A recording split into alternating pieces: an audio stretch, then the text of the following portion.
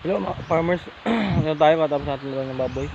Nandito mo tayo ngayon sa ating farm taniman. Tayo ngayon ng okra sa kasitaw. Punta sa ano. Ayan guys, oh. Sili natin. Ayan.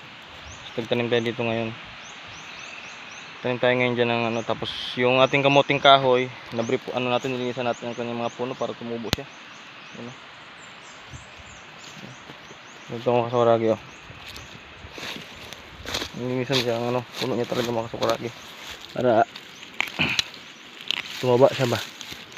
Yan.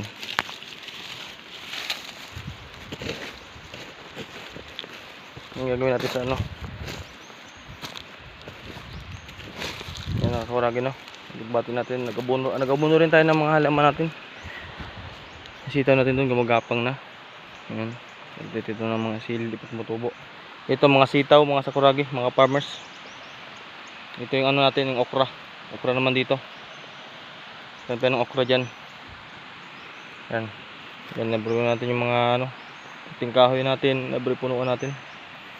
Para malinis. Yan mga sakuragi, no. Yan lang mga sakuragi. Yan lang ang update natin ngayon sa ating